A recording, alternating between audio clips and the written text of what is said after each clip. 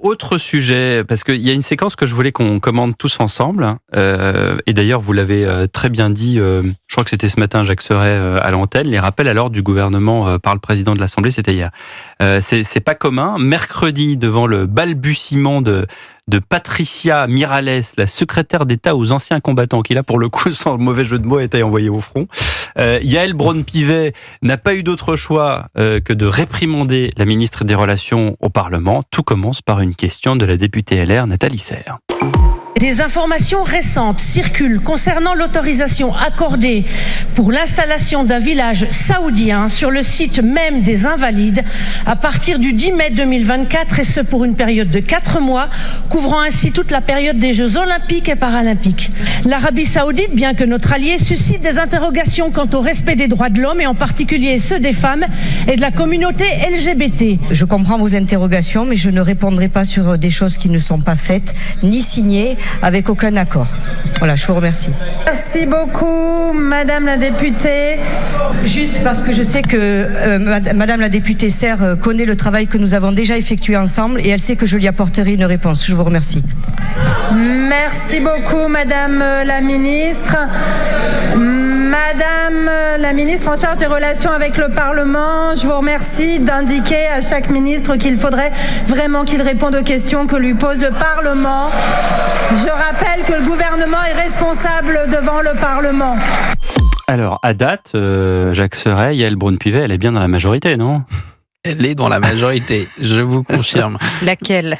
Mais là, elle joue pleinement, entre guillemets, son rôle, qui est censé être neutre de présidente d'Assemblée nationale au moment de la séance publique et des questions au gouvernement.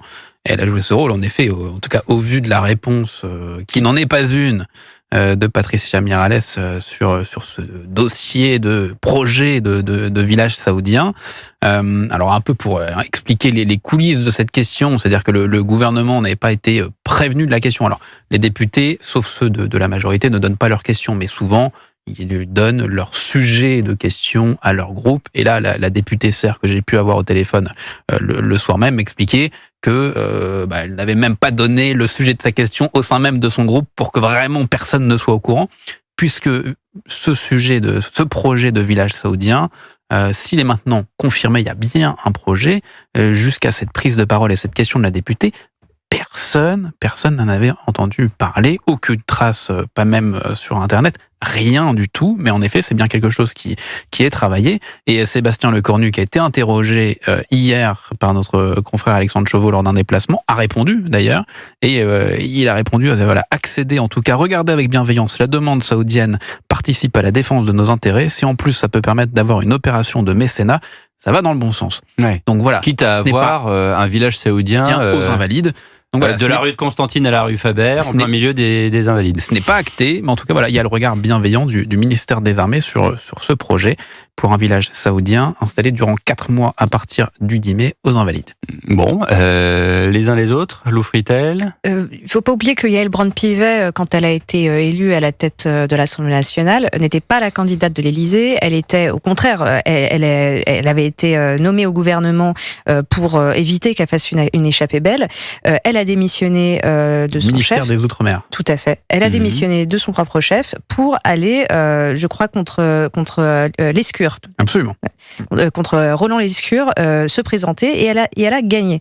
Depuis le début de la législature, elle se démarque du président de la République, elle se démarque de la majorité, elle a plusieurs fois tendu la main à droite et à gauche, notamment au RN et à LFI. Elle consulte beaucoup, elle consulte pas mal de journalistes, elle a une liberté et il est vrai qu'elle pense un peu à 2027. Donc elle est d'abord libre, d'abord surtout une présidente de l'Assemblée nationale et ensuite une membre en troisième ressort d'un parti. Et surtout, elle est surtout très agacée de ne pas avoir de texte. C'est un papier qu'on publiera ce week-end dans le JDD. Et pour une fois qu'ils disent un truc dans le JDD le dimanche. C'est un petit peu les putschistes du Parlement au moment où Emmanuel Macron réunira le Congrès lundi. En fait, on va expliquer que Yaël Braun-Pivet et Gérard Larcher sont un petit peu agacés qu'il n'y ait pas de texte à l'Assemblée nationale. C'est-à-dire qu'on avait écrit des textes importants, hein, évidemment. Enfin, par exemple, il y a 3 semaines, on a fait toute une semaine sur les dérives sectaires. Bon, alors je suis pas sûr que le pays n'avance pas s'il n'y a pas ce texte, mais en fait, on n'a pas de sujet sur l'économie, on n'a pas de sujet sur l'immigration, par exemple. Bon, ça évidemment, on l'a traité, mais il n'y a pas de sujets vraiment qui sont très importants dans le débat public. Et c'est d'ailleurs pour ça que depuis la nomination de Gabriel Attal, on n'a quasiment jamais parlé de l'Assemblée nationale, parce que Gabriel Attal, il enjambe le Parlement, et c'est une volonté d'Emmanuel Macron également, mais ça agace en effet les 2 présidents des chambres, et ils vont sortir dans les prochains jours pour c'est intéressant, comment on dit, ouais, non mais c'est intéressant. Et en plus, et du coup, en fait, c'est pour ça que ça explique la critique envers Marie Lebec, la pauvre, il enjambe, la pauvre, elle y est pour rien. Il enjambe jusqu'au moment où, dans les déclarations, on l'a entendu 2 ou 3 fois, où il dit il y aura une loi, c'est-à-dire qu'il peut pas faire sans loi. Enfin, je parle sous votre contrôle, Non, mais on peut pas légiférer avec juste le pouvoir exécutif et faire ce qui serait l'équivalent d'un super 49.3, puisqu'il et puis y aurait lui, même pas à un moment donné, il faut aussi qu'il reprenne la main et fasse son job de Premier ministre, parce que là, il a un petit peu perdu la main quand même sur la semaine et demie qui vient de s'écouler. Jacques Serret là-dessus. Il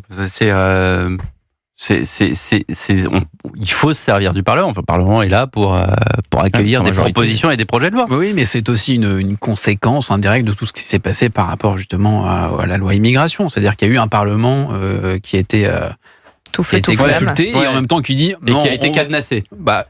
Oui, mais qui n'a pas voulu débattre. Ça peut être aussi la réponse du côté de l'exécutif. C'est quand le Parlement est consulté, il ne veut pas débattre. Et en même temps, il y a eu aussi la réforme des retraites où là, pour le coup, le Parlement a été consulté et contre le Parlement, il a été corseté. Mais il y a soi-disant une volonté d'aller vite en passant par décret. Donc ça, en effet, à voir quelle stratégie prend l'exécutif. 18h36, une nouvelle pause.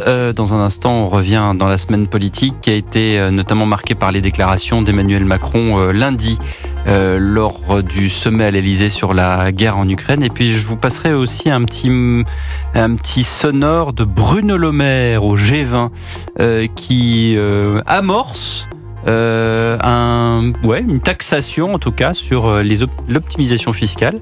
Ça peut être intéressant pour un débat futur. Dans un instant, on se retrouve sur Europe 1. À tout de suite.